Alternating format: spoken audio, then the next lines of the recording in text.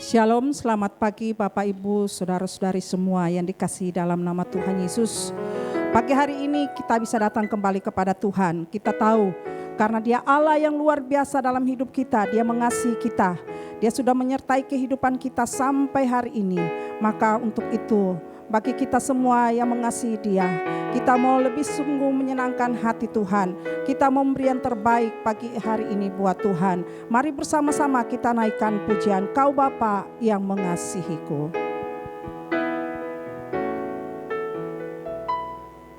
Kau Bapa yang mengasihiku, kuasa-Mu memulihkanku,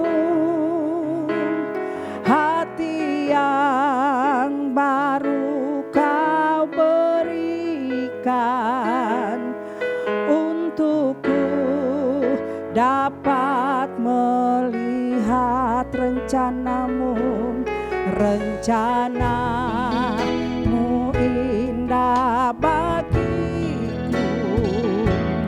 Kau ada di setiap langkahku. Hatiku haus dan lapar akan Engkau. Kaulah segalanya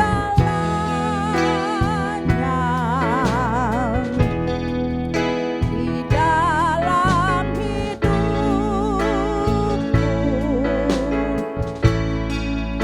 Kerajaan-Mu, kebenaran-Mu, itu bagianku.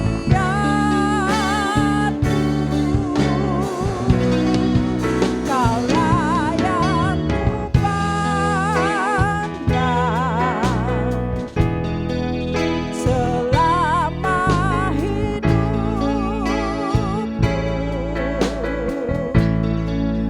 Mengasihi-Mu, memuliakan-Mu, Bapa dan Rajaku.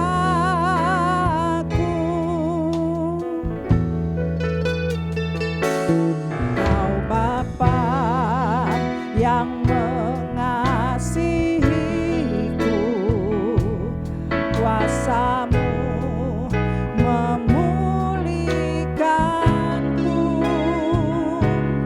hati yang baru Kau berikan untukku, dapat melihat rencana-Mu.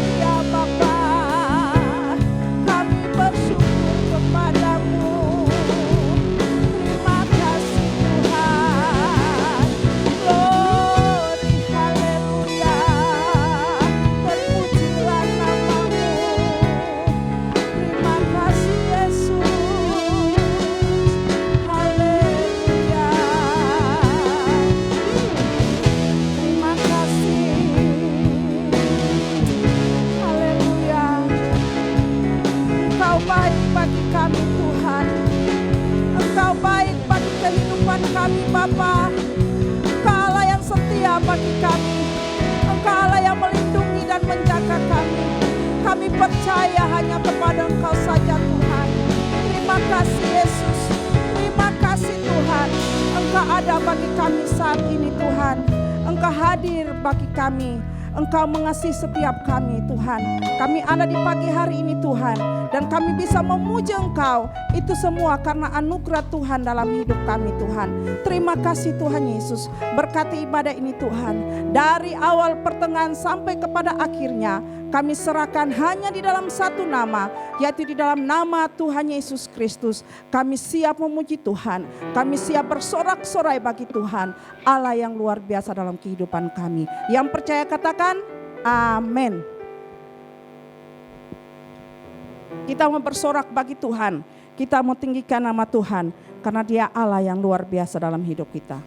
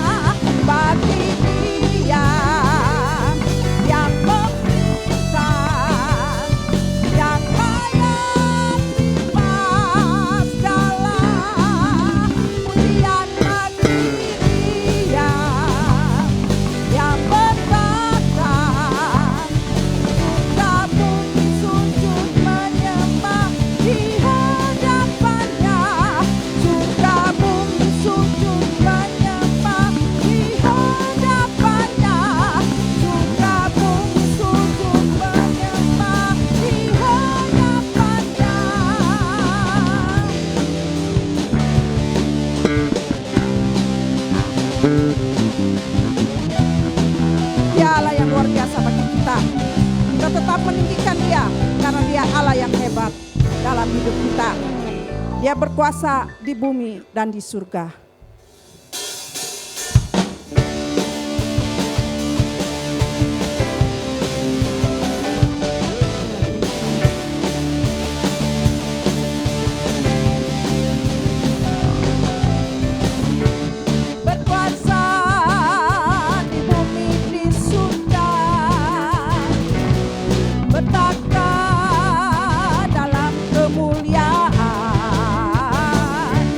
Dialah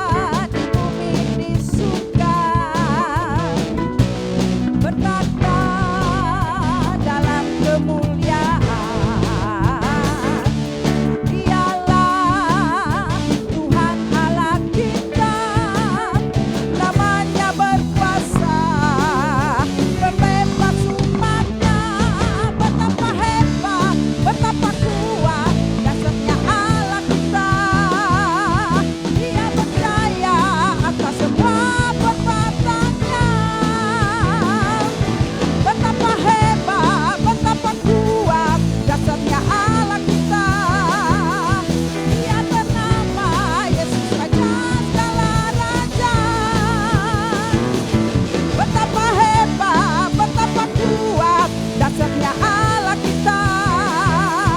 Dia berdaya atas semua perbuatannya. Betapa hebat, betapa kuat dan setia Allah kita. Dia ternama Yesus Raja segala raja. Tuhan Allah kita. Tuhan Allah kita. Tuhan Allah kita.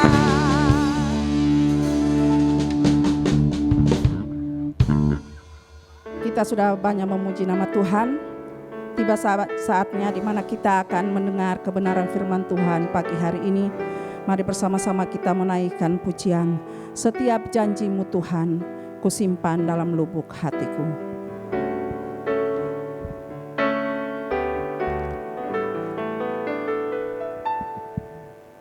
Setiap janji-Mu Tuhan, kusimpan dalam lubuk hatiku.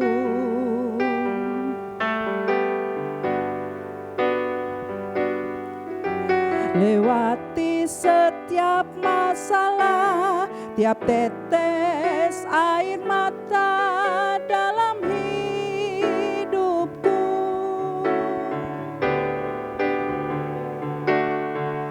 Janji-Mu menopang hidupku, kasih-Mu menuntun langkahku dalam setiap waktu. Penolongku yang aku percaya, terima kasih.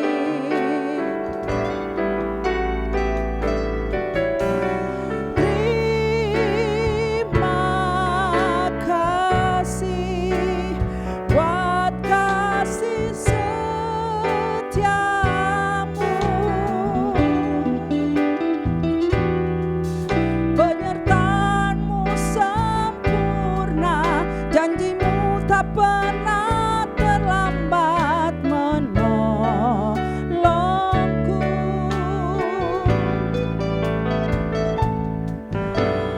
Terima kasih, ku berterima kasih buat kasih setiamu di dalam hidupku. Setiap janji-Mu Tuhan, setiap janji-Mu Tuhan, ku simpan dalam lubuk hatiku.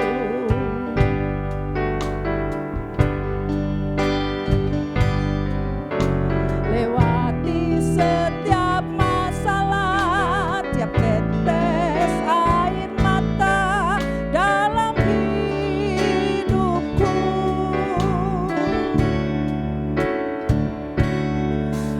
Janji-Mu menopang hidupku, kasih-Mu menuntun langkahku dalam setiap waktu.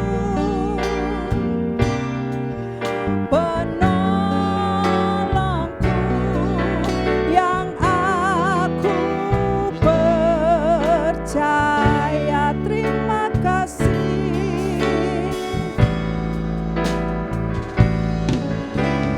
Terima kasih buat kasih setiamu.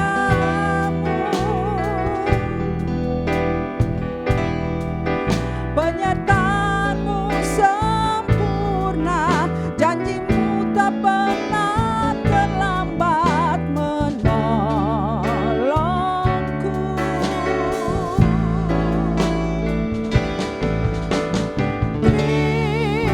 Terima kasih, ku berterima kasih.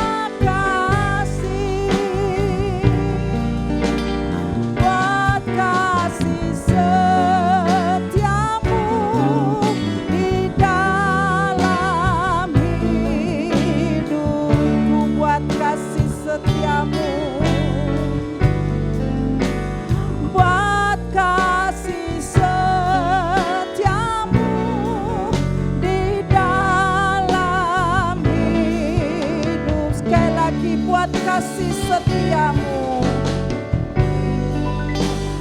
buat kasih setiamu di dalam hidupku. Waktu selanjutnya saya serahkan buat hambanya. Pujian yang kami kumandangkan pada pagi hari ini merupakan tanda syukur kami kepadamu ya Tuhan. Terima kasih buat segala rancanganmu, terima kasih buat segala kebaikanmu, terima kasih buat segala penyertaanmu di dalam kehidupan yang kami jalani. Hingga sebagaimana kami ada pada pagi hari ini, sebentar kami akan mengakhiri di bulan Juli tahun 2020, minggu terakhir ini. Dan kami sungguh mempercayai ya Tuhan, di masa-masa kesukaran, kesulitan kami tidak pernah ditinggalkan oleh kasih setia Tuhan. Dan kasih-Mu kembali nyata pada pagi hari ini ketika kami kembali berkenan untuk beribadah kepadamu. Di tengah segala keterbatasan, di tengah segala hambatan, tapi kami bersyukur ada hal yang Tuhan izinkan untuk kami miliki, agar kami tetap memiliki waktu untuk dapat memuji dan menyembah-Mu, bahkan beribadah kepadamu. Pujian sudah kami kumandangkan, pujian sudah kami naikkan. Dan biarlah segala pujian yang pada pagi hari ini kami naikkan kepadamu merupakan dupa yang harum, yang berkenan kepadamu, sehingga melalui pujian ini Tuhan, setiap kami boleh menikmati lawatan Tuhan, dan jiwa kami boleh kembali disegarkan, roh kami kembali boleh didewasakan. Dan saatnya ketika kami sebentar boleh mendengar kembali sabda firman-Mu, biarlah waktu yang terbatas ini, setiap kami boleh menikmati kuasa-Mu yang tidak terbatas. Izinkan hamba-Mu sebentar berbicara tentang kebenaran Injil-Mu.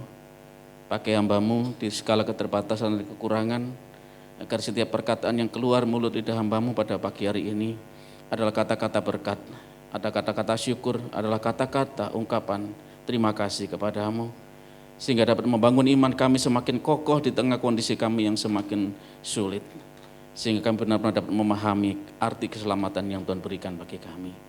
Terima kasih ya Tuhan, inilah kami yang rindu untuk kembali diubahkan oleh kebenaran firman. Ampuni segala dosa kesalahan kami, bahwa kami terus hidup dalam perkenan-Mu. Terpujilah nama-Mu, di dalam nama Tuhan Yesus Kristus. Setiap kita yang pada pagi hari ini menyatakan terima kasih dan bersyukur atas kasih karunia Tuhan yang baru. Bersama kita katakan, amin. Selamat pagi Bapak Ibu yang dikasih dan diberkati oleh Tuhan. Saya rindu bahwa keberadaan saya pada pagi hari ini di dalam siaran online Gereja GPT Baitani ini, saya kepinginnya ini yang terakhir. Jadi saya menjadi bagian yang terakhir dari hamba-hamba Tuhan yang sudah berkhotbah secara online di tempat ini. Dan karena secara pribadi saya rindu ini minggu yang terakhir, sehingga kita masuk bulan Agustus nanti, di minggu yang baru kita masuk dalam ibadah new normal, ibadah dengan keadaan yang baru, dan gereja sudah mempersiapkan segala sesuatu untuk kita dapat beribadah, dan itu menjadi kerinduan. Sekali lagi saya rindu ini terakhir kita bisa beribadah online. Selanjutnya kita akan kembali masuk dalam ruangan beribadah bersama dan menyatakan kemuliaan nama Tuhan bersama-sama. Yang percaya katakan amin. Ya, ini yang terakhir. Jadi minggu depan kita sudah bisa masuk di dalam ruang ibadah. Nah, Bapak Ibu yang dikasihi dan diberkati oleh Tuhan, seringkali ungkapan, bahkan itu sudah berulang-ulang ungkapan ini dinyatakan di dalam mimbar-mimbar gereja ketika COVID itu datang dan permasalahan terus akan datang. Ya, minggu yang lalu hamba Tuhan mengatakan begitu banyak persoalan, korban dari COVID itu begitu banyak, bahkan meruntuhkan segala sendi-sendi kehidupan, merubah model hidup.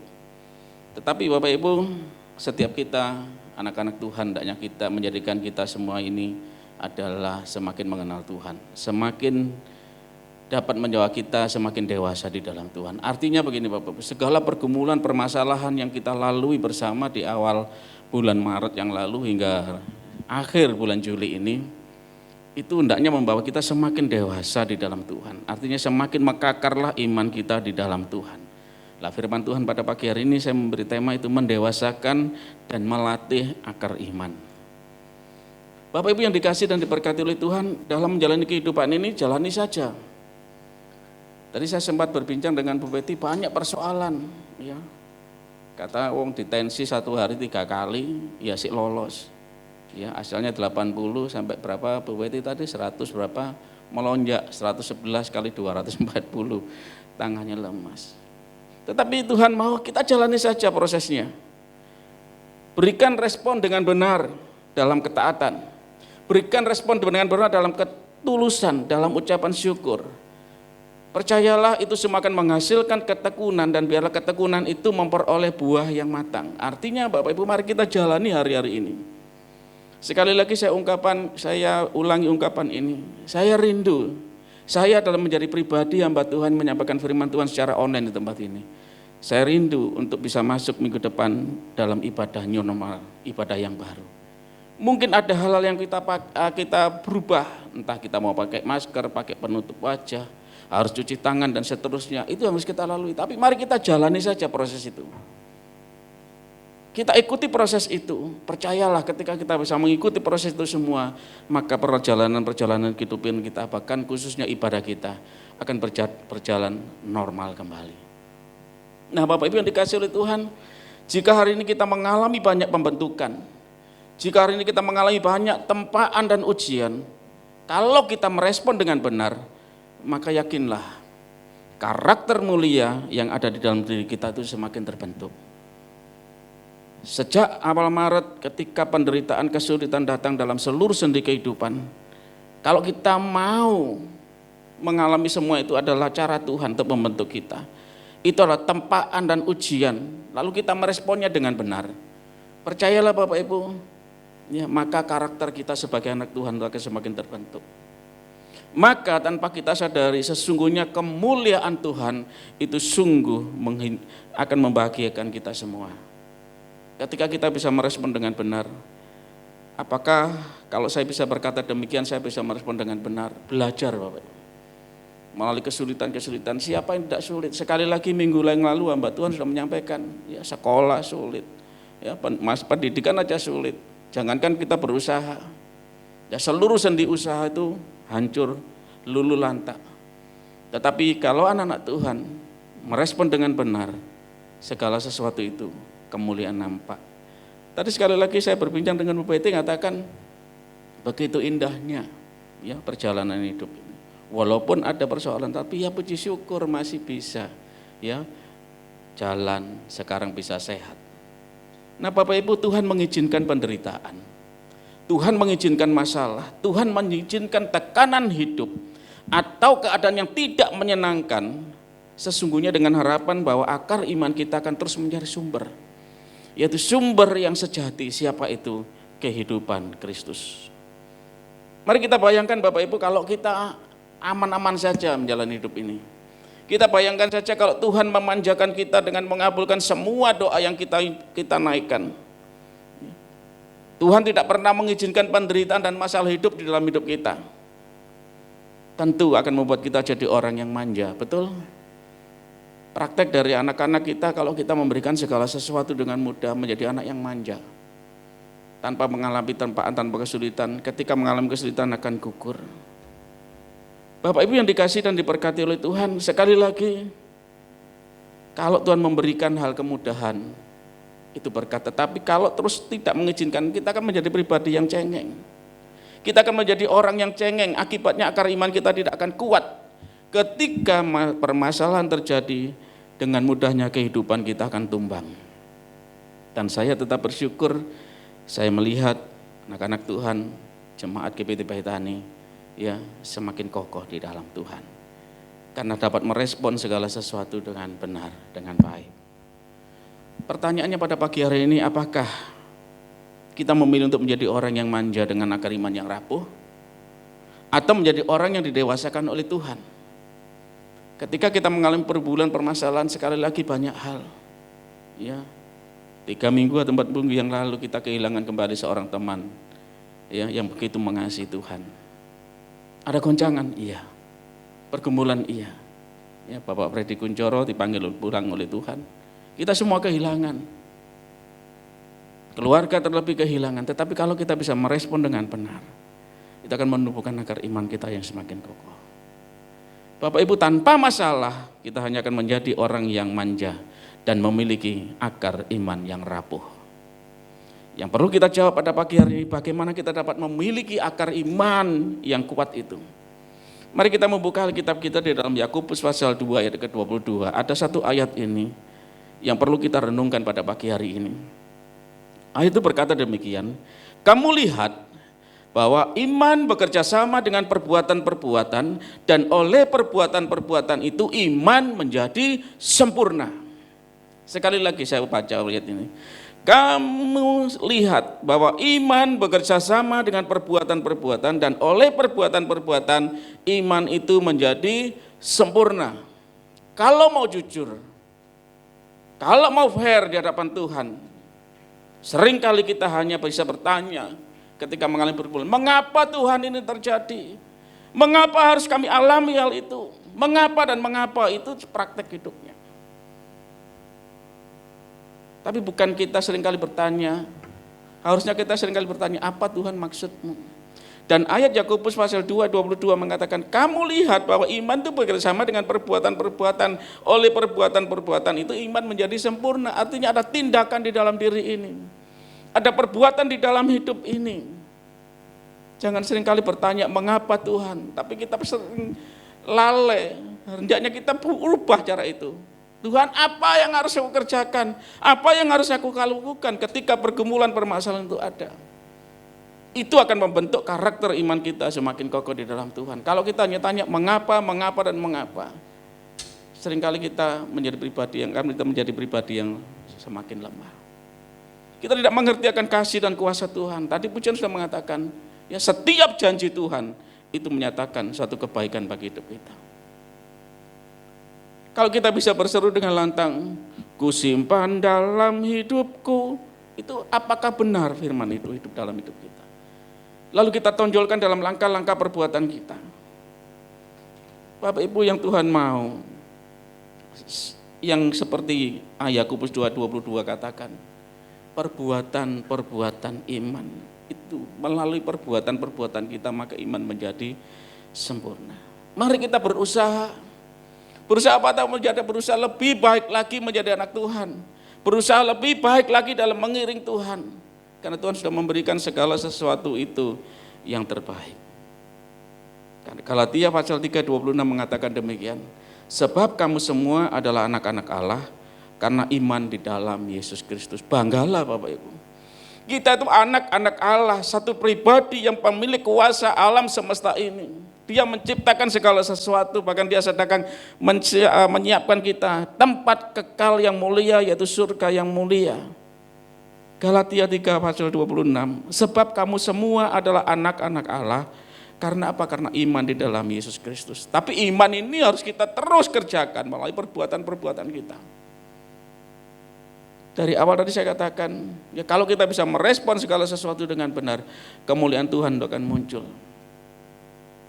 Bapak Ibu, di masa-masa ini banyak liburan, memang saya sudah pensiun, ya, banyak waktu di rumah, ya. Cucu-cucu juga demikian, saya punya 4 cucu, semua di rumah, ya.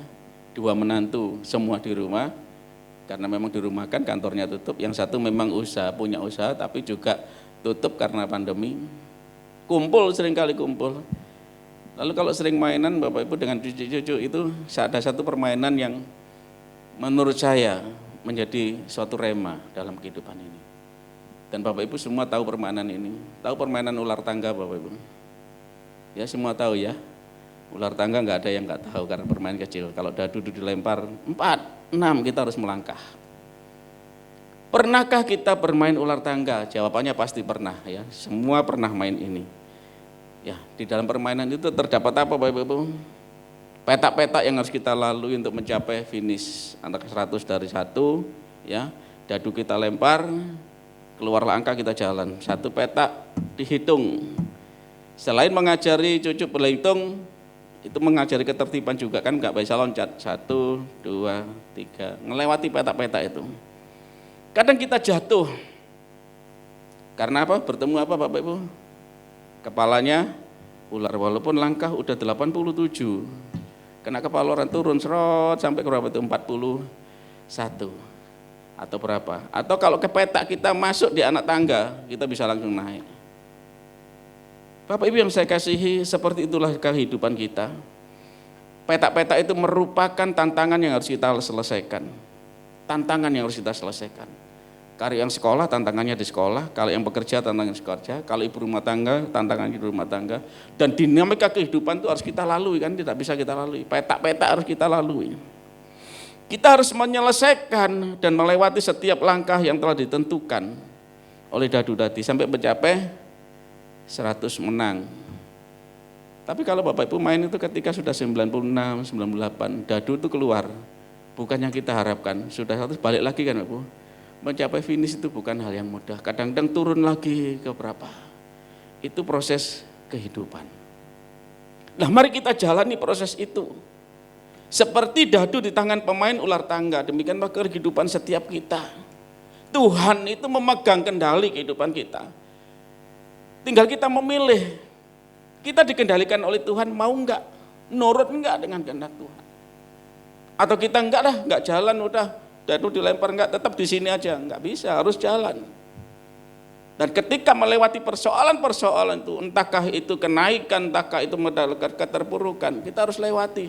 Tetapi sebagai anak Tuhan, percayalah, Tuhan senantiasa mengenapi janjinya. Amin. Dia tidak pernah lalai mengenapi janjinya. Kalau kita akan tetap berdiam di zona nyaman, kita tidak akan sampai. Itu tidak akan sampai membuat kita maju. Bapak Ibu yang saya kasih dan diberkati oleh Tuhan, ketahuilah standar kehidupan kita anak-anak Tuhan itu bukan standar bangsa Israel. Kita benar memang Israel rohani. Saya berani mengatakan demikian. Itu bangsa Israel itu bangsa yang kehidupan bangsa Israel adalah standar kehidupan yang gampang artinya. Memang dia umat adalah umat pilihan, bahkan sampai akhir nanti dia diutamakan untuk masuk dalam kekekalan surga. Tapi kalau Bapak Ibu baca ya, di dalam perjalanan keluar tadi Pak Gembala sempat nyinggung kan, ada tiang awan malam hari, tiang api di siang hari. Itu pengawalan, itu mujizat orisinil, mujizat yang tidak dialami oleh bangsa-bangsa manapun, tidak pernah mengalami itu. Kita bangsa Indonesia, bangsa yang modern Amerika itu tidak pernah mengalami, hanya bangsa Israel mengalami laut dibelah, yang mengalami bangsa Israel, yang mengalami makanan tanpa habis selama 40 tahun keluar turun dari langit. Selama ini kan kita orang-orang hidup makan dari tumbuhan kan, semua dari bawah kan, itu dikirim langsung. Itu mujizat orisinil, daging yang itu orisinil, mujizat yang luar biasa. Seluruh perbendaharaan pakaian ini dipakai 40 tahun melewati padang gurun, itu enggak ada yang rusak, berjalan. Apakah Tuhan enggak sayang? Proses kehidupan kita bukan itu. Standar kehidupan kita bukan itu. Sekali lagi, karena kita tahu yang bisa masuk tanah perjanjian sesuai kehendak Tuhan cuma berapa orang? Hanya orang yang nurut kepada Tuhan. Amin. Hanya orang yang benar-benar percaya, beriman, melakukan, memiliki satu perbuatan imannya, yakin bahwa yang dimasuki adalah tanah perjanjian. Ketika dia menjadi pribadi antara 12 orang yang dikirim oleh Nabi Musa waktu itu untuk melihat. Dia yang yakin perkataan itu. Dia yang bertindak dengan iman, melangkah pasti masuk. Tanah di situ adalah tanah yang makmur. Tetapi bangsa yang lain, walaupun menikmati, sekali lagi Bapak, menikmati begitu banyak mujizat. Bangsa-bangsa selain Israel tidak pernah menikmati laut dibelah, tidak pernah menikmati mana, tidak pernah menikmati makanan puyuh, itu tidak pernah. Dia tidak pernah minum air keluar dari batu. Tetapi semuanya, tetapi standar kehidupan kita anak-anak Tuhan, iman anak-anak Tuhan yang disertai perbuatan adalah standarnya kehidupan Kristus. Ya, kehidupan yang rela menderita, kehidupan rela dihina, kehidupan yang rela untuk menderita mati di atas kayu salib. Untuk siapa? Untuk kita yang mengasihi. Sebab itu Lukas pasal 14 ayat 27-28 mengatakan demikian. Barang siapa tidak memikul salibnya dan mengikut aku, ia tidak dapat menjadi muridku. Sebab siapakah di antara kamu yang kalau mau mendirikan sebuah menara, tidak duduk dahulu membuat anggaran biayanya, kalau cukup uangnya untuk menyelesaikan pekerjaan itu. Ayat 27 yang paling utama, barang siapa tidak memikul salibnya dan mengikut aku, tidak dapat menjadi muridku. Itulah standar kita, standar anak-anak Tuhan. Menjadi murid Kristus bukan bangsa Israel yang murahan, menikmati segala mujizat orisinal tetapi binasa. Tapi Tuhan mau saya dan Bapak Ibu sekalian, di masa-masa sulit ini, di masa-masa sukar ini, kita mau tetap mengiring Tuhan, pikul salib. Kita merencanakan segala sesuatu. Dikatakan di ayat 28, siapakah di antara kamu yang mau kalau mendirikan sebuah menara, tadi disinggung oleh Bapak Gembala, menara apa? Menara perapian. Menara apa? Menara pujian. Duduk dahulu membuat anggaran biayanya, kalau uangnya tidak cukup menyelesaikan pekerjaan itu. Sebab itu Bapak Ibu sebagai anak-anak Tuhan, untuk dapat memiliki standar kehidupan sebagai Kristus, standar kehidupan anak-anak Tuhan, pikul salib, merencanakan segala sesuatu itu sesuai dengan kehendak Tuhan. Mari kita memahami apa Tuhan mau, memahami karya salib itu. Apa karya salib itu Bapak Ibu? Menyelamatkan saya dan Bapak Ibu sekalian dari neraka kekal. Dari neraka kekal itu penderitaan salib. Kita tidak dapat membangun iman kita ketika tidak memahami keselamatan dengan tepat. Kita tidak akan dapat membangun iman kita ketika kita tidak memahami arti salib itu sesungguhnya, arti penderitaan Kristus sesungguhnya. Ketika dia harus rela meninggalkan surga, penderitaannya masa hidupnya yang singkat, 33,5 tahun itu singkat Bapak Ibu. Saya sudah melewati hampir 2 kali lipat, 60, itu kemurahan Tuhan.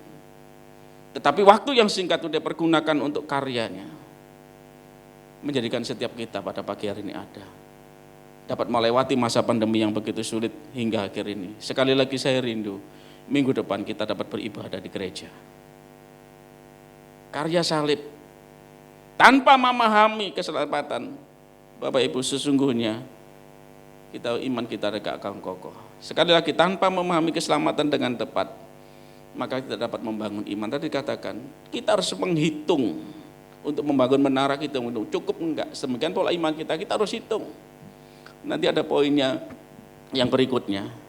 Bapak Ibu, keselamatan adalah sentral dari pelajaran Alkitab, atau jantungnya orang Kristen itu adalah keselamatan. Keselamatan tanpa relasi hanya mengisi rasio, hanya mengisi nalar, tidak memiliki dampak.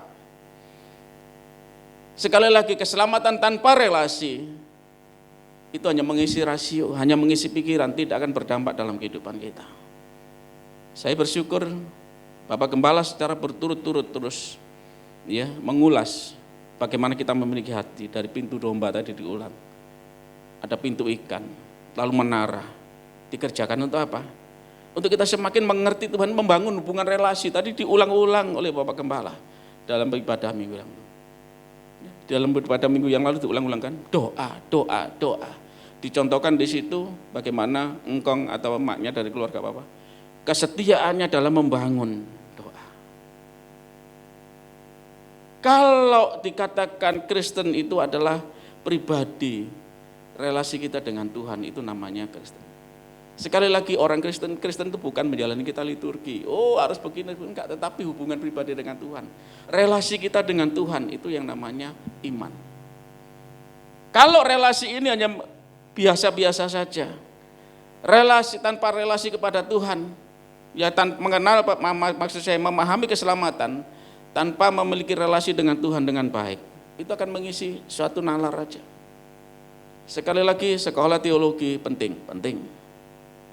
Belajar Alkitab penting. Tadi saya katakan di depan, keselamatan adalah sentral dari pelajaran Alkitab, atau jantungnya orang Kristen, betul. Tetapi kalau itu cuma memiliki rasio atau di pikiran, percuma. Tetapi hendaknya itu menjadi relasi kita dengan Tuhan.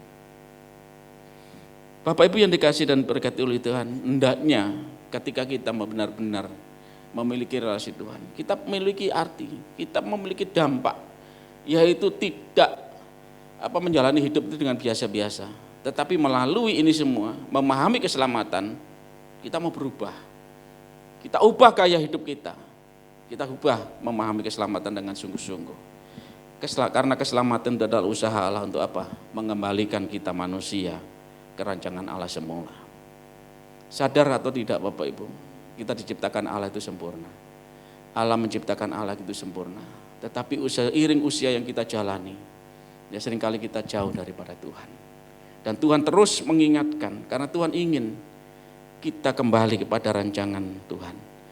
Ketika Tuhan mengizinkan penderitaan, persoalan terjadi, lalu Tuhan minta iman kita melalui perbuatan-perbuatan yang kita kerjakan. Tuhan mau kita tuh kembali kepada jalan Tuhan, kita kembali kepada rancangan Tuhan yang sempurna, yaitu apa? Kita diciptakan itu serupa dengan Kristus. Kita kan gambaran anak Kristus. Keselamatan adalah yang membuat kita menjadi sempurna seperti Bapa, yaitu mengambil bagian dalam kekudusan Allah dan mengenakan kodratnya Allah. Dan itu merupakan proses yang nanti berlangsung setiap hari. Artinya Bapak Ibu, memahami keselamatan, mari kita berubah mulai dulu. Dan pembaharuan ini harus terus berjalan, terus setiap hari kita rubah, setiap hari berubah dan berubah. Lukas pasal 16 ayat 10-11 mengatakan demikian. Barang siapa setia dalam perkara-perkara kecil, ia setia juga dalam perkara-perkara besar. Dan barang siapa tidak benar dalam perkara-perkara kecil, ia tidak benar juga dalam perkara-perkara besar. Ayat yang ke-11, jadi jikalau kamu tidak setia dalam hal mamon yang tidak jujur, siapakah yang mempercayakan kepadamu harta yang sesungguhnya? Bapak Ibu, pemahaman ayat ini saya dulu seringkali memahami, ya sudah sebagai anak Tuhan kita bertumbuh. Kalau dulu melayani bawain musik aja, lalu berubahlah berbentuk ya melayani firman, tidak salah proses kehidupan. Saya memahami dulu itu. Tetapi ketika merenungkan ayat benar, barang siapa dalam perkara-perkara kecil dalam perkara kecil ia setia juga dalam perkara-perkara besar, dan barang siapa tidak benar dalam perkara-perkara kecil ia tidak benar juga dalam perkara-perkara besar. Artinya apa Bapak Ibu? Kita sudah diperkaya Tuhan. Pertumbuhan yang Tuhan mau itu. Proses hidup ini yang Tuhan mau. Kalau dulu saya pahami cuma itu, sekarang asar, minggu depan udah pemimpin pujian. Salah enggak, tetapi sesungguhnya bukan itu. Tahapan untuk itu. Kalau tahapannya cuma asar, pemahaman firman Tuhannya terbatas. Kalau ningkat jadi pemimpin pujian, sepertinya udah lain mimbar, kerohanian tetap enggak. Tapi yang Tuhan mau itu terus bertumbuh, iman kita bertumbuh. Kedewasaan kita bertumbuh, keserupaan dengan Kristus itu semakin bertumbuh. Bapak Ibu, saya bersyukur tanggal 10 yang lalu bulan 7 tahun 2020 melalui media Zoom, media doa malam ya. Setelah Pak James menyampaikan firman Tuhan, ada 3 poin yang menjadi pembahasan. Itu yang saya tangkap. Melalui renungan itu saya benar-benar mengerti arti dari Lukas pasal 16 ini. Yang saya bacakan bagi Bapak Ibu tadi, Lukas pasal 16 ayat 10 dan 11. Yang pertama dari kesimpulan ketika kita setelah doa malam tanggal 10 bulan 7 itu didiskusikan, ada Bapak Gembala, ada rekan-rekan para hamba Tuhan, baik dari Ketua Komisi Umum dan seterusnya, ada berapa. Yang pertama adalah bagaimana kita melihat kondisi kerohanian kita. Dan pada pagi hari ini Tuhan mau melalui perenungan firman Tuhan memamai keselamatan Bapak Ibu. Lihatlah dirimu, benar-benar sudah selamat belum sih? Dan yang tahu adalah Bapak Ibu sekalian. Setiap Bapak Ibu sebagai anak-anak Tuhan hendaknya mengerti kondisiku, posisiku sekarang itu sudah selamat belum? Sampai di mana tingkat keselamatanku kalau aku dipanggil Tuhan pulang, apakah aku sudah benar-benar tinggal di dalam surga? Itu yang tahu adalah pribadi kita masing-masing. Mari kita koreksi pada pagi hari ini. Seperti Lukas pasal 16, 10, 11. Kalau kita sudah dipercaya banyak hal, meningkat dan Tuhan mau, itu kita dikembalikan kepada karya Tuhan yang murah. Dan itu arti keselamatan. Sekali lagi arti keselamatan, dan kita kembali kepada penciptaan. Kita kembali mula seperti sempurna. Yang pertama itu Bapak Ibu, koreksi diri ini. Apakah diriku sudah benar-benar layak nanti ketika Tuhan panggil pulang? Itu dikatakan ayat firman Tuhan, sabatlah hambaku yang setia, masuklah dalam peribaan. Masuklah bersama dalam kekayaan surga. Atau belum? Bapak Gembala tidak tahu. Saya rekan Anda tidak tahu, tapi Anda setiap pribadi tahu. Yang kedua, langkahnya. Ketika tahu posisi ini, apa yang harus kita perbuat? Bapak Gembala sudah memberikan contoh begitu luar biasa selama pandemi ini ketika Bapak Gembala menyampaikan firman Tuhan di media online. Kalau saya tidak salah ingat, nanti ada 7 pintu yang akan dibukakan oleh Bapak Gembala, dan sekarang baru bahasa 4. Dari pintu domba, pintu ikan, masuk menara, dari menara perapian minggu yang lalu. Itu kan proses. Apa yang dapat kita perbuat kepada Tuhan? Itu hasilnya Bapak Ibu dari diskusi itu. Mari kita koreksi, malam itu waktu mengatakan koreksi diri kita, sampai di mana sih iman kita? Apakah kita bisa lantang layak, oh saya masuk surga? Lalu yang kedua, perlu perjuangan adalah apa yang harus kita berikan kepada Tuhan. Apa yang sudah kita perbuat untuk Tuhan. Kalau Tuhan bisa menyatakan seluruh kasih, seluruh cinta, seluruh penyertaan selama masa-masa sukar, sehingga kita ada pada pagi hari ini, apa yang Tuhan kita berikan kepada Tuhan? Sekali lagi kita merenung pribadi lepas pribadi. Saya sudah memberikan apa kepada Tuhan? Bukan lagi tanya mengapa Tuhan, enggak, apa ya Tuhan berikan. Lalu yang ketiga, ini perlu perjuangan Bapak, yaitu merubah. Kalau dalam diskusi itu, membuang yang tidak Tuhan sukai itu apa? Sehingga menjadikan Tuhan itu senang. Saya dan istri setiap kali berdoa, kalau Tuhan beri kesempatan hidup hari ini, saya mau Tuhan. Ya perkataan, pikiran, perbuatan, perasaan bahkan. Itu kalau tidak menyenangkan hati Tuhan, jangan saya perbuat. Saya berjuang dalam hal itu. Dan melalui diskusi itu saya memang sharing. Ketika bulan April yang lalu saya sakit itu, selama 1 bulan, saya dapatkan perenungan ini. Harus ada yang kembali kepada rancangan Tuhan semula. Nah, saya dapatkan itu, saya koreksi diri sampai di mana posisi saya.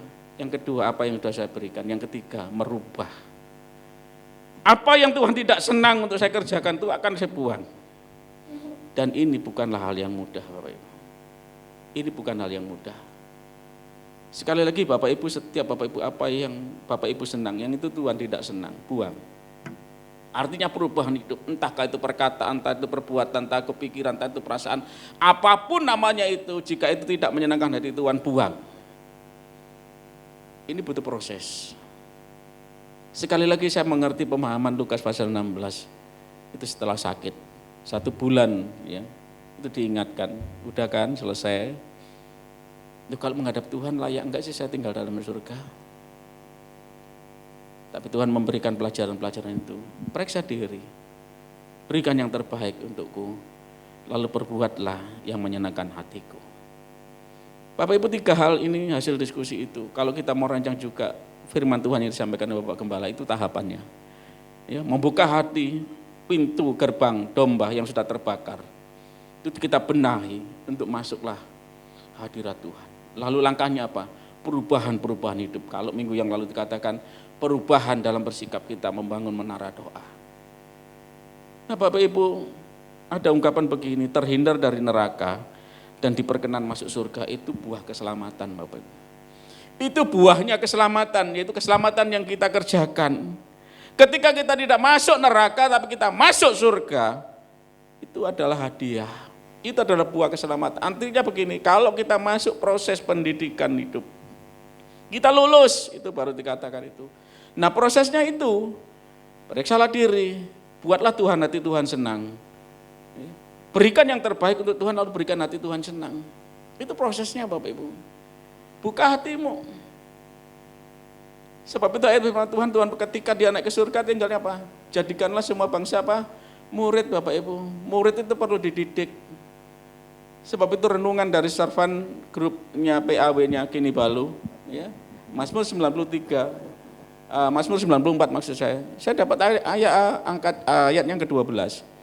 Ya, orang yang dididik itu harus berbahagia. Berbahagialah orang yang dididik oleh Tuhan, karena sedang diperkenan untuk masuk keselamatan kekal, sedang diproses oleh Tuhan. Sekali lagi, terhindar dari neraka dan diperkenan masuk surga, itu adalah buah keselamatan.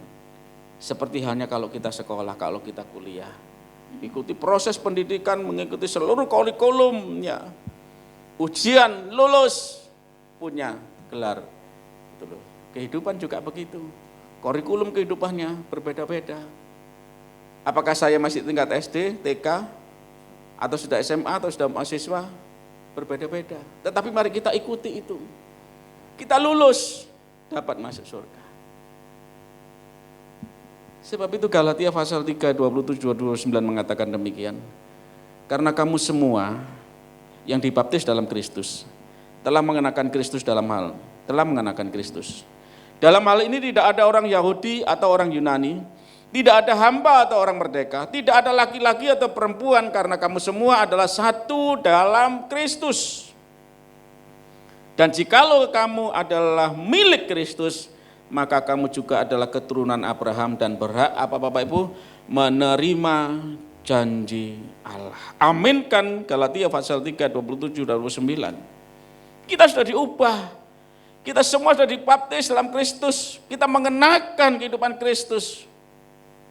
Dikatakan dalam ayat bukan pun tidak ada orang Yahudi atau orang Yunani, tidak ada hamba atau orang merdeka, tidak ada laki-laki atau perempuan. Kamu semua adalah di dalam Yesus. Banggalah itu. Tapi sekali lagi Tuhan mau kita berubah, memiliki relasi Tuhan dengan baik. Tingkatkan imanmu, pertumbuhan imanmu melalui apa? Perbuatan-perbuatanmu. 3 hal yang saya bicarakan tadi di depan, hasil dari berkat doa malam, itu semua adalah langkah-langkah tindakan iman. Bapak Ibu yang kasih dan berkati oleh Tuhan, dan kita akan melihat tandanya. Kalau orang sudah periksa diri, sudah rindu memberikan yang terbaik kepada Tuhan, lalu hidup mau menyenangkan hati Tuhan, maka keselamatan itu akan merubah apa? Paradigma hidupnya. Cara hidup kita akan berubah, pola hidup kita akan berubah, kita melihat masalah itu berubah, karena kita tahu ini adalah kurikulum pendidikan. Ketika kita mengalami kesulitan, ketika memahami keselamatan dengan benar, kita tahu ini yang harus kita kerjakan. Sekali lagi keselamatan itu merubah paradigma hidup kita. Ketika kita memahami keselamatan dengan benar, kita akan mengerti, oh ternyata ada sesuatu hal yang indah. Kita bisa menyembunyikan kok. Ya. Seperti pelangi sehabis hujan, begitulah apa? Janjimu Tuhan. Kita bisa memujikan itu, apakah kita benar-benar ngaminkan? Seperti pelangi setelah hujan, pada persoalan pergumulan. Ada pelangi. Tapi kalau kita bisa memahami keselamatan paradigma kita benar, ketika kita sakit, ketika kita mengalami persoalan, kita tahu ada hal yang indah yang Tuhan kerjakan. Ada hal yang indah yang Tuhan mau kita perbuat. Bapak Ibu sedikit sambat atau sharing, bukan saya sambat salah ya, sharing Bapak Ibu. Ya, kondisi fisik ini tadi Bu mengatakan, oh seger, ya seger. Ya. 3 minggu yang lalu baru suntik, kemarin suntik yang kedua mestinya, ya, tambah darah. Istilahnya begini, bukan tambah darah, apa namanya? Hemoglobin itu enggak tahu kadar darah, ukurannya harus 13 lah orang sehat. Punya saya 9, karena apa? Memang fungsi ginjal saya kurang bagus, jadi itu menurun, harus disuntik. Ada kendala. Saya cuma mengerti kreatin berapa, 5,6, kemarin 5,4. Tapi istri saya sempat kaget ketika saya diskusi. Ya, saya katakan, dokter mengatakan apa? Fungsi ginjal tinggal 20%. Kaget istri saya. Istilah kedokteran tinggal 20%. Tetapi ketika saya memahami keselamatan dengan benar, yang saya pahami bukan tinggal 20%, tetapi yang saya pahami, saya punya 80% yang Tuhan kerjakan. Amin. Nah, Bapak Ibu yang dikasih oleh Tuhan, merubah paradigma. Ketika dapat memahami arti keselamatan sesungguhnya, bahwa kita diperkenankan masuk surga, terhindar dari neraka itu, ketika kita bisa koreksi diri. Mari kita pahami arti keselamatan dengan benar. Itu akan merubah paradigma hidup kita. Pengalaman hidup kita akan merubah kita. Filosofi kehidupan kita akan berubah. Pola hidup kita akan berubah kalau kita memahami keselamatan. Sesungguhnya bangsa Israel selain Yosua dan Kaleb, kalau dia benar-benar memahami arti sesungguhnya Tuhan keluarkan dia dari perbudakan 400 tahun dari Mesir keluar ke tanah perjanjian. Kalau dia paham, dia bisa menikmati begitu banyak, sekali lagi ya, mujizat-mujizat orisinil. Dia tidak akan binasa, dia tetap masuk. Tapi paradigmanya tetap ya, maunya zona nyaman, maunya terus tidak berubah. Mengikut Kristus sesuai tuntunannya. Tidak nyampe Bapak Ibu. Sebab itu indah kalau kita merenungkan Roma 12 ayat 2, berubahlah. dengan pembaruan akal budimu, berubah terus berubah. Juga Filipi 1 Petrus 1 ayat 13 berubah. Selain berubah pola pikir kalau kita mengalami keselamatan dengan benar, yang kedua merubah pola paradigma kita, lalu berubah pola pikir. Kita memahami keselamatan, pola pikir kita kan berubah Pak Bu. Bukan saja paradigma kita, tujuan hidup kita sekarang beda. Saya anak-anak Tuhan di tengah kondisi apapun beda, saya menuju kepada kekekalan surga. Saya pasti selesai dalam proses ini. Lalu pola pikirnya itu juga berubah. Filipi pasal 3 kalau kita tiru dengan kehidupan Rasul Paulus. Tetapi apa yang dahulu merupakan keuntungan bagiku, sekarang ku anggap rugi karena Kristus. Malahan segala sesuatu ku anggap rugi karena pengenalan akan Kristus Yesus Tuhanku, lebih mulia daripada semuanya. Oleh karena dialah aku telah melepaskan semuanya itu dan menganggapnya sampah, supaya aku memperoleh Kristus dan berada dalam Dia, bukan dengan kebenaranku sendiri karena mentaati hukum Taurat, melainkan dengan kebenaran karena kepercayaan kepada Kristus, yaitu kebenaran yang Allah anugerahkan berdasarkan kepercayaan. Bapak Ibu, Filipi ini indah pasal yang ketiga ayat 7 dan 9. Bapak Ibu tentunya tahu siapa Rasul Paulus. Orang yang luar biasa, dan Tuhan mengatakan kalau itu sekarang ada di dunia ini, di hidup zaman sekarang, jadi presiden layak, jadi menteri layak, apa yang dia nggak punya? Kepandaian, kecerdasan, kepemimpinan, semuanya dia punya. Ngelamar pekerjaan apapun dilihat CV-nya pasti lulus. Tapi dia katakan apa? Semuanya itu sampah ketika mengenal Kristus, memberikan yang terbaik bagi Kristus. Tuhan menginginkan saya dan Bapak Ibu sekalian demikian pula halnya, untuk kita memahami keselamatan juga dengan benar. Supaya pola hidup kita berubah, pikiran kita berubah. Bapak Ibu, sebelum mengakhiri renungan pada pagi hari ini, saya mengajukan beberapa pertanyaan. Siapa dari 12 murid Yesus yang Bapak Ibu kagumi? Pastinya bukan Yudas. Ya. Pastinya bukan Yudas. Petrus Pak. Ya, sekali khotbah berapa ribu? 3.000. Semuanya baik. Tapi ada satu pribadi yang bernama Matius. Bapak Ibu perhatikan yang Matius, ini luar biasa. Siapa dia asalnya? Lalu bagaimana dia menjadi murid Kristus? Sekali lagi sebagai aplikasinya, saya mengajak Bapak Ibu membaca Matius pasal yang 10 ayat yang kedua. Inilah nama ke-12 rasul itu. Pertama Simon yang disebut siapa? Petrus, dan Andreas saudaranya, dan Yakobus anak Zebedius, dan Yohanes saudaranya. Filipus dan Bartolomeus, Thomas, dan siapa Bapak Ibu? Matius. Siapa Matius? Pemungut cukai. Ya. Itu susunan 12 murid Yesus. Ditulis itu. Siapa Matius? Pemungut cukai. Perhatikan Bapak Ibu. Dari seluruh 12 murid latar belakang enggak ditulis, satu aja yang ditulis. Siapa itu? Matius, pemungut cukai. Lalu coba ayat pasal ke-9, ayat yang ke-9. Setelah Yesus pergi dari situ, ia melihat seorang yang bernama siapa? Matius, duduk di rumah cukai. Lalu ia berkata kepadanya, ikutlah aku, maka berdirilah Matius lalu mengikut dia. Tahapannya, siapa Matius? Pemungut cukai. Ketika dia sedang bekerja, Tuhan Yesus hampiri, dikatakan, setelah Yesus pergi dari situ, ia melihat seorang yang bernama Matius duduk di rumah cukai. Lalu ia berkata kepadanya, ikutlah aku, maka apa Bapak Ibu? Berdirilah Matius lalu mengikut dia, langsung ikut. Perubahan. Yang terakhir, kita perhatikan Bapak Ibu tahapan ini. Ayat yang ke-10 dari Matius. Setelah dia bangkit mengikut Yesus, ayat yang ke-10, kemudian ketika Yesus makan di rumah Matius, datanglah banyak pemungut cukai dan orang berdosa dan makan bersama-sama dengan murid-muridnya.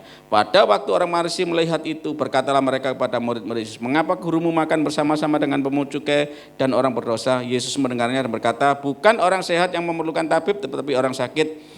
Jadi pergilah dan pelajari dan seterusnya. Tetapi Bapak Ibu, yang menjadi poinnya ayat yang ke-10 tadi apa? Ketika Yesus makan di rumah siapa? Matius, mengundang Tuhan hadir dalam hidupnya. Tradisi waktu itu Bapak Ibu kalau mengundang ini mesti ada maksudnya. Maksudnya apa Bapak Ibu?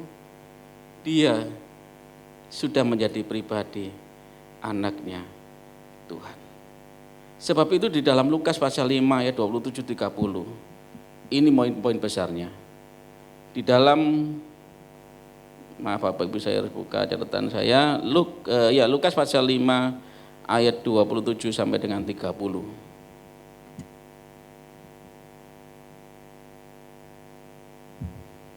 Lewi pemungut cukai mengikut Yesus. Kemudian ketika Yesus pergi keluar, ia melihat seorang pemungut cukai yang bernama Lewi sedang duduk di rumah cukai. Yesus berkata kepadanya, ikutlah aku.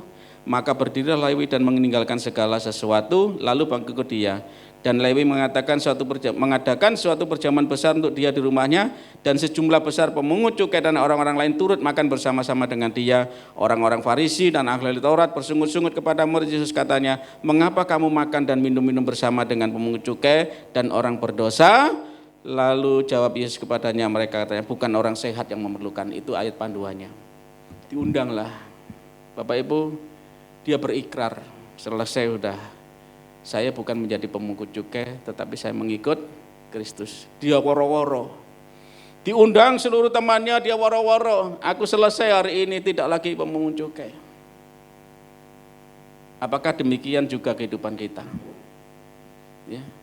Ketika Kristus menyelamatkan kita, lalu kita mau mengiring dia, lalu berjanji mengiring dia sampai mati. Dari 12 rasul yang satu berkhianat, ketika Tuhan Yesus disalib, semua kembali kepada nelayan. Bapak Gembala pernah nyampaikan itu kan. Petrus balik lagi jadi nelayan. Tapi Lewi atau Matius tidak kembali seperti cukai. Dia tetap mengiring Kristus. Artinya ada perubahan. Memiliki, mendewasakan dan melatih akar iman ketika kita dapat memahami arti keselamatan.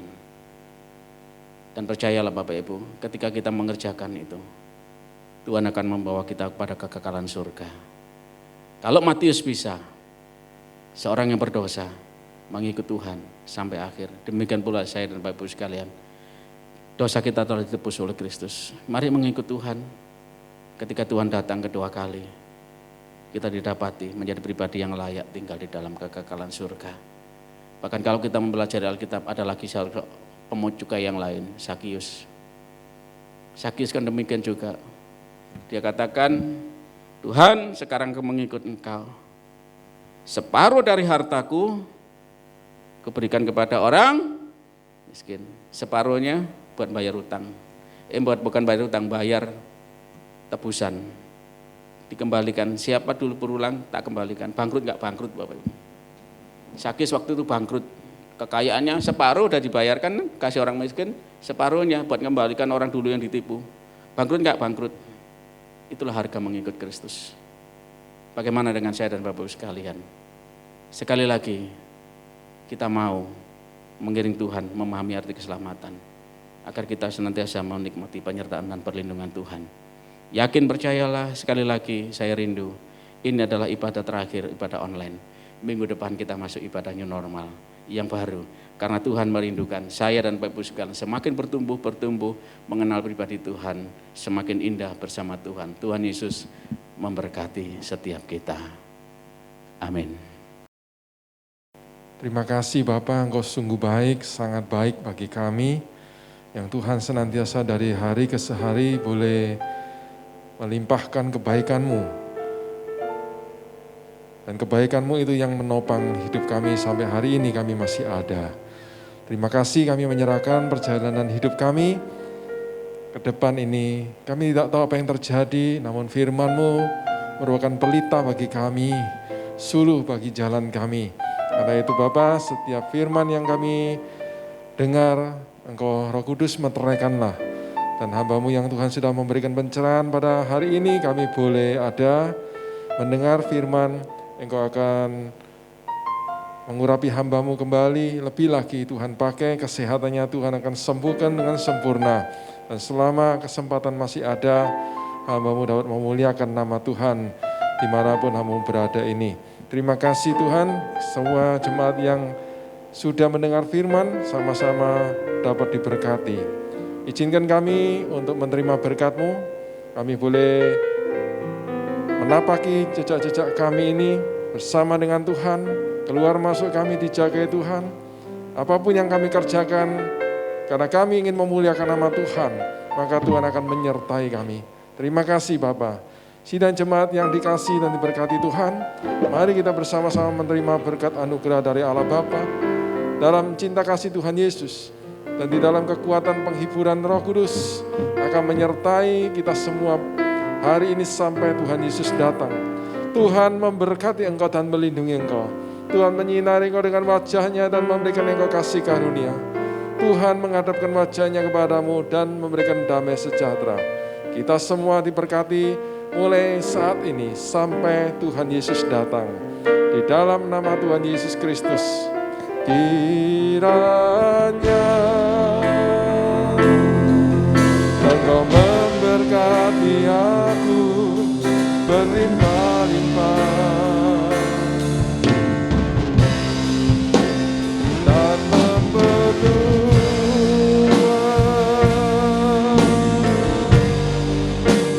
daerahku,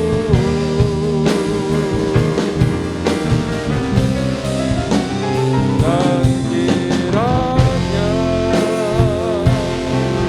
tanganmu menyertai aku dan melindungi aku